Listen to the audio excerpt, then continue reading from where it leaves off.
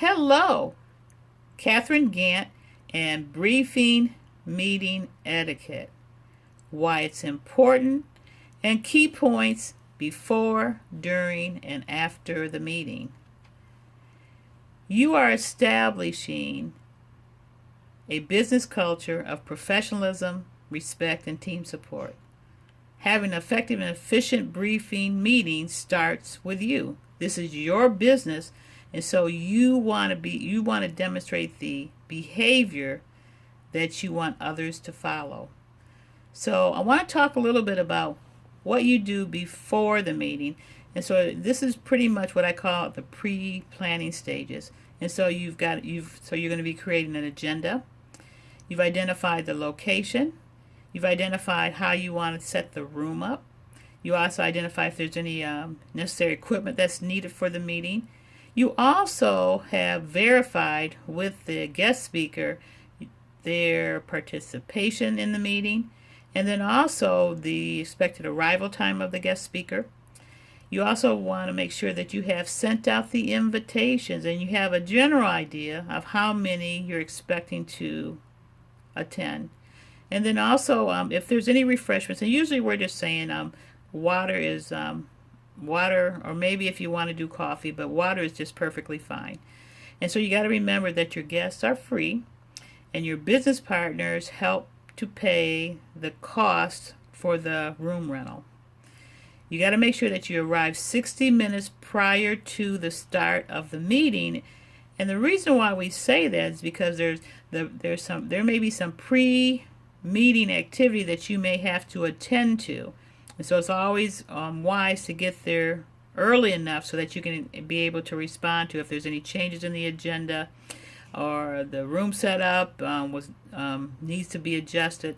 Any of those type of activities, you can take care of it without delaying the start of the meeting.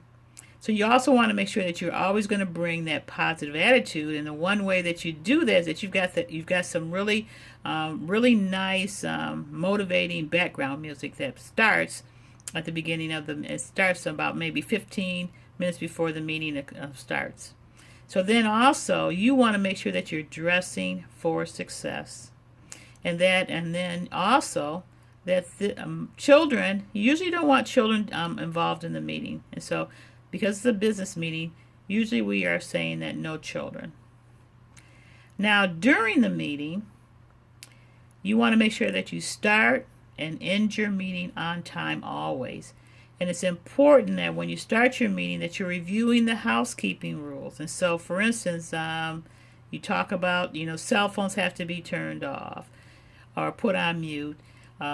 You also talk about side conversations, and so that people know that side conversations need to be taken outside in the hallway. You also no saving seats. It's just pretty much how we do things. And so then you want to make sure that you demonstrate as the behavior that you want in that meeting, and so then you stay. So once the guest speaker starts, you stay seated. And then you just participate and just act natural in terms of your involvement in the meeting. You also want to make sure that you promote the next event as much as possible when you have an opportunity to do that. And then your personal testimony on why you got involved in this amazing business is always good, that you give people that information, your background and what really drew you to it.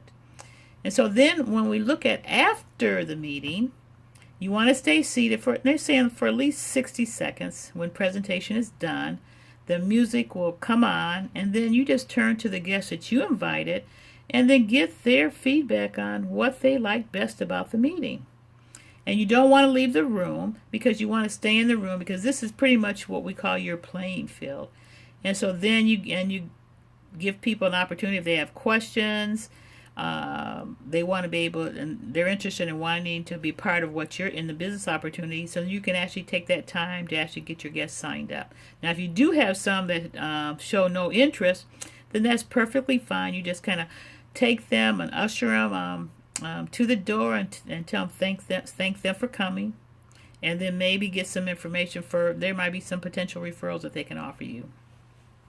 You also want to take time to introduce your new recruits to the other team members that they may not know, because it's so important for everyone to feel welcome when they join this new opportunity. And so then the most important piece is follow-up time. And so you've got to take any follow activity that you need to do. You got to do it within what they say also a 24-hour period. So get your list, and then you get your list and start inviting people to the next event. So you got to remember, in closing, briefing meeting etiquette is a great way to establish and grow a business culture of professionalism, respect, and team support.